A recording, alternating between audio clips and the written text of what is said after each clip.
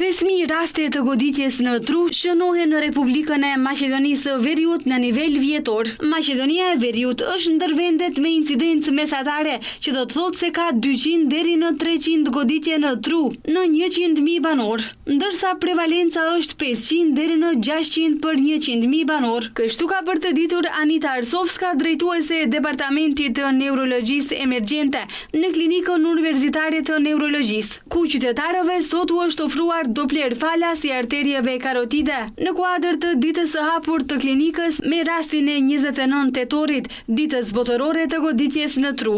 Ajo tha se ky fenomen prek edhe të rinjët në moshën 18 vjeç, pra fëmijët. Burrat e moshës 60 deri në 69 vjeç janë më të prekur. Por me rritjen e moshës, gratë vuajnë më shpesh nga sëmundjet e zemrës dhe fibrilacioni atrial, kështu që në grup moshën më të rritur gratë janë më të prekura nga goditja në tru. Krahasuar me vitet e fundit, nuk mund të thuhet se kufiri është vendosur, por është interesante që faktorët klasik të rrezikut janë të pranishëm edhe tek popullata më e re në moshën 45 vjeç. Duke folur për faktorët e rrezikshëm të goditjes në tru, Arsovska tha se shtypja e lartë e gjakut, sëmundjet e zemrës, pirja e duhanit janë disa nga faktorët të cilët mund ta shkaktojnë ose parandalojnë goditje në tru.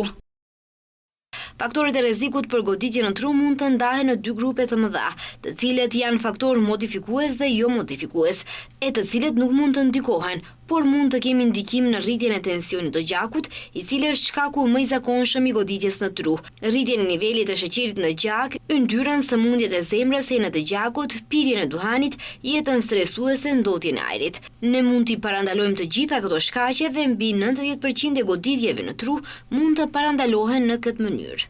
Arsovska tha se kur dikush pëson goditja në tru, koha dhe njohja e shpejtë e simptomave dhe shenjave janë shumë të rëndësishme, do me thënë të folurit e paqartë, shtrembërimi i fytyrës apo paraliza në njërën anë të trupit, dhe se pacienti duhet të dërgohet në institucionin më të afërt shëndetësor, sa më shpejt të jetë e mundur.